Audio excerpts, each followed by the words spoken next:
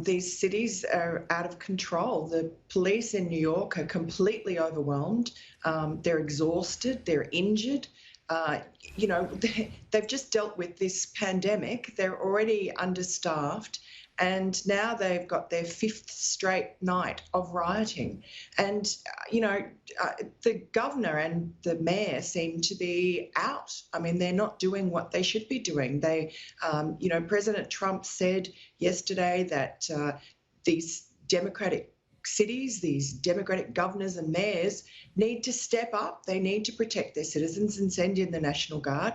That hasn't happened in New York. You've seen in Washington where a Democratic mayor just decided not to do anything to stop looters and vandals destroying monuments and, Antifa agitators who are deliberately and very well organised going in and smashing windows and softening up defences for the rioters to come.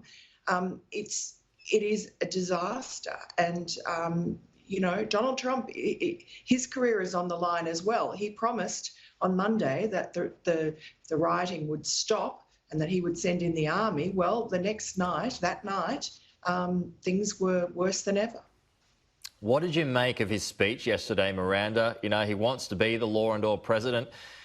He has taken a leaf out of Richard Nixon's playbook. It seems as though this is going to be his pitch for the election come November.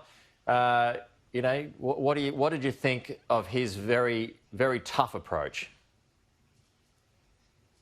Look, I thought it was exactly what people want. Enough of this softly approach. Everybody agreed with the peaceful protest. There wasn't anyone in America that, didn't agree about that George Floyd death, that it was terrible having that cop kneeling on his neck for 8 minutes. No one was defending him. And the wheels of justice have moved very swiftly. He's been sacked, so have his colleagues. He's in jail, charged with third-degree murder. I don't know how much faster you could go or what the protests want. Then they're not peaceful protests anymore. They've morphed into this anarchy and criminal looting. And so the softly approach from Democratic governors and mayors in every one of these cities that's been engulfed is obviously not working, and it's really malicious and completely reckless and irresponsible. So exactly what people wanted was to hear that law and order message from somebody in charge.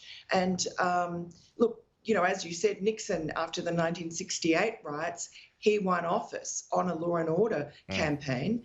And that could happen here as well with Donald Trump. But it's not assured, because it really depends whether or not, A, he fulfills his promise in getting the violence under control, and B, if he fulfills his promise in getting the economy that's been smashed by the pandemic up and running. You got to think, Joe Biden was out, he was very critical of Donald Trump this morning, but is not being Donald Trump enough for him to win? Well, that was a pretty good speech, probably the best that we've seen from him. And certainly he was using a teleprompter, and it's the first time he's been out of his house. He had one little photo opportunity on Veterans Day last week, but he's been basically locked down for almost 3 months in his basement. So seeing him out and about was a refreshing change. He certainly got a big airing on television. That was a long speech, and he got widespread praise for it. But no, it's not enough. And it was notable that he didn't call for the violence to end. It's really marked that you haven't seen Democratic leaders from Joe Biden to Nancy Pelosi and Barack Obama who could actually make a plea to these rioters to go home, to these protesters. Stop protesting. We've heard your message. Go home. Stop giving cover to these violent criminals.